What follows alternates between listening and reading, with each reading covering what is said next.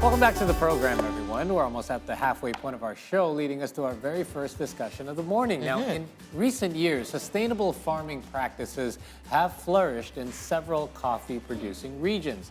However, in fact, there are still many factors that make it quite difficult for these farmers to earn decent livelihoods. Now, not surprising right there, right? Now, luckily, our guest today has a social mission to help them in improving local welfare through his project. And so without further ado, let's welcome today's guest, Adina Coffe, processor and founder, Abyatar. Good morning, Ms. Abi. Thank you so much for being here with us. Good morning. All right. So, of course, we would like to begin your story. Where does this journey of love for coffee and also the process came from you?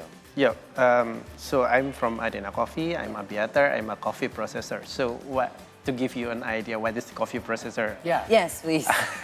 It's one of the jobs that that in the coffee supply chains you find that the coffee it's not come into your cup, so it's come from the fruits itself. Okay. So my job is to change or to turn the fruits into the green beans, like in front of us. So green beans is the forms of coffees that just before you roast the coffee, there's the green beans. So Okay, I so work. when we say coffee beans, like we sometimes buy not the grounds but the coffee beans, those have already been roasted.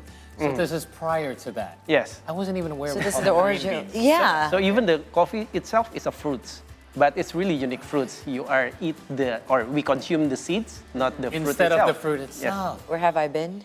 I've been drinking coffee most of my life. I had no idea. I know. I was like, is this a sunflower? But no, it's a coffee bean. Yes. Okay, even the color, like, I mean, it's not what I expected at all. So let's first start talking about the project that you began. You have this mission to basically increase the welfare of local farmers in Kanawat villages. And there's actually a stigma when it comes to these villages. Could you explain a little bit about the background of the stigma behind these villages and why you're trying to change that? So Kanawat is one small village in the Gayo origin area. Gayo is the biggest Arabica coffee producer in Asia Pacific. We hear it all the time. Okay, yes. Gayo coffee. Yes. Yes. And Kanawat is just one of the small village in the Gayo. But back then, there's a conflict between the independence movements there. But actually, it's all the things it's done after the Aceh tsunami. But the stigma with the stigma of the supporting groups to that kinds of the independence movement in Kampung Kanawat, it's really big because one of the leaders at past times was born there. Right. But the stigma is there. So even in the Gayo Even to this day, like even when we start the project in 2014, not the local traders there didn't want to buy the coffee from Kampung Kanawat.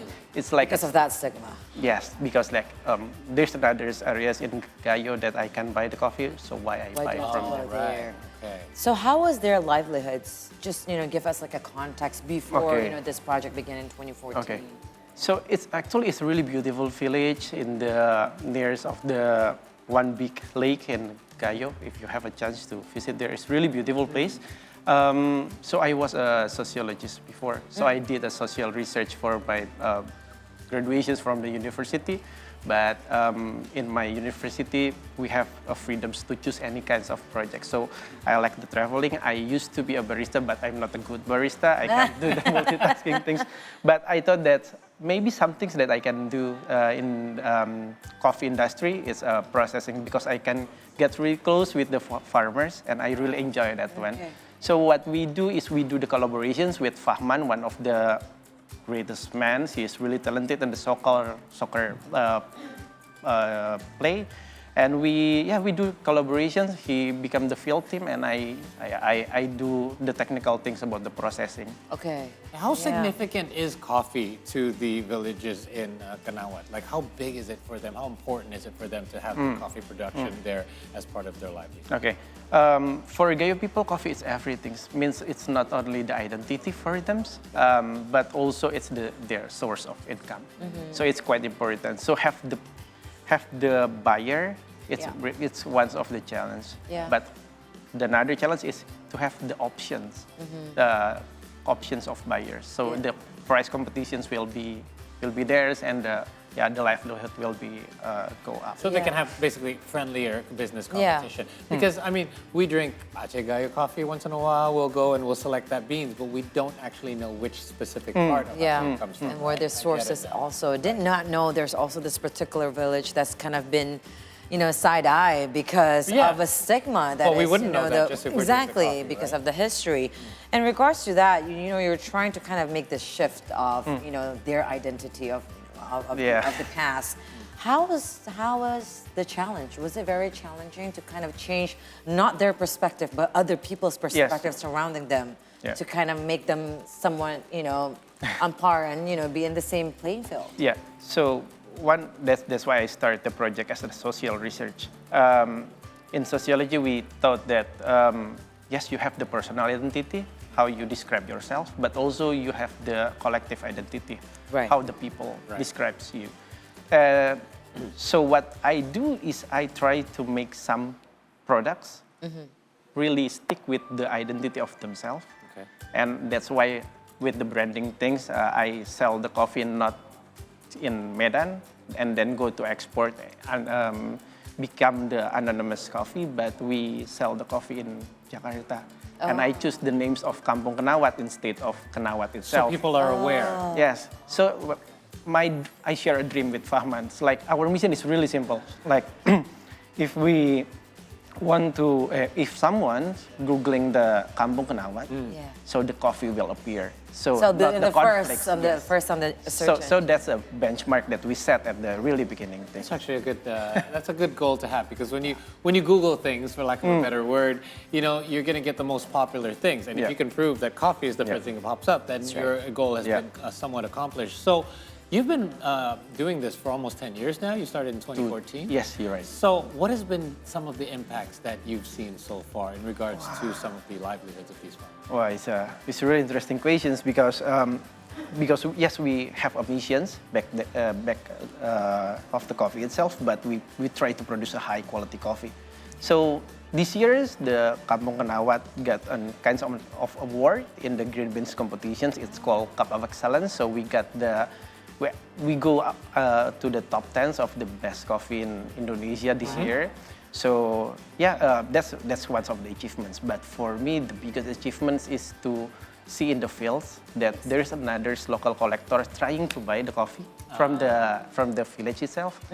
So yeah, that's a big win, right? That's because that's not something that would happen in the past. Yes, because the impact is not only come from me, but also from it's triggered another one. That's right. It's very organic to see, that everything is just coming to place because of this initiative. And definitely, and I think what can we do as consumers to be more aware of this situation? Because obviously, you get really good coffee from there. I mean, you get really good beans from there because it's been proven. If you're making the top 10 best coffees in Indonesia.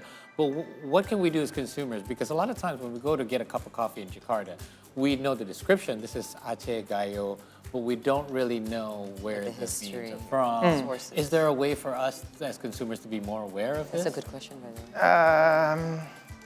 By asking to the barista itself, it will be trigger a lot of things in my own opinions, because then the barista will challenge themselves to explain something to you, and then they have to learn themselves. Actually they have to learn, and to learn it they have to invest, and then it's even by just asking, it will be have a lot of things. It's an actualization, by the way, and it's really great, right? If we're going to see like coffee shops across Indonesia that has like sources, definition, and history of it, because it's more valuable for us. And coffee drinkers are getting smarter these days. Yeah. Without your personal bias, where would you rate, like all of the different villages out there, where would you rate Kenawat coffee when it comes to their beans? It's really unique. It's really unique. If you see the es kopi susu scenes, like the coffee with the palm sugars, so there's one coffee shop pioneer in Jakarta, and then we start everything.